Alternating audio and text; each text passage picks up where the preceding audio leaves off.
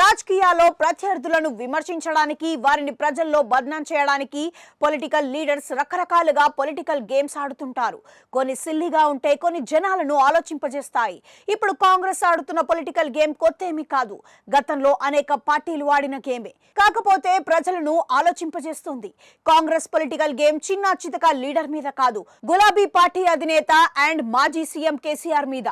దీనివల్ల ఆయనకు కలిగే నష్టం ఏమీ లేదు. కాకపోతే ఆయన నియోజకవర్గం ప్రజల్లో చర్చ జరుగుతోంది. ఇంతకు ఏమిటా పొలిటికల్ గేమ్ అంటే మిస్సింగ్ కేసు.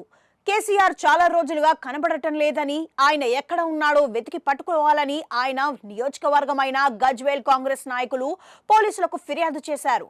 పోలీసులు ఎవరి ఫిర్యాదునైనా తీసుకుంటారు కాబట్టి ఈ మిస్సింగ్ కేసును కూడా తీసుకున్నారు.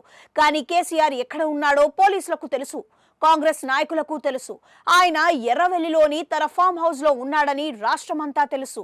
ఎన్నికల ప్రచారంలో మాట్లాడాడు. కాంగ్రెస్ ప్రభుత్వం ఏర్పడ్డాక రెండో మూడో బహిరంగ సభల్లో మాట్లాడారు.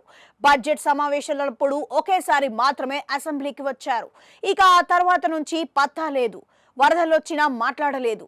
హైడ్రా గురించి మాట్లాడలేదు. కాంగ్రెస్ లేడీ మినిస్టర్ తన పిల్లకాయ మీద ఘోరమైన ఆరోపణలు చేసినా మాట్లాడలేదు. ఏ విషయంలోనూ నోరు విప్పడం లేదు.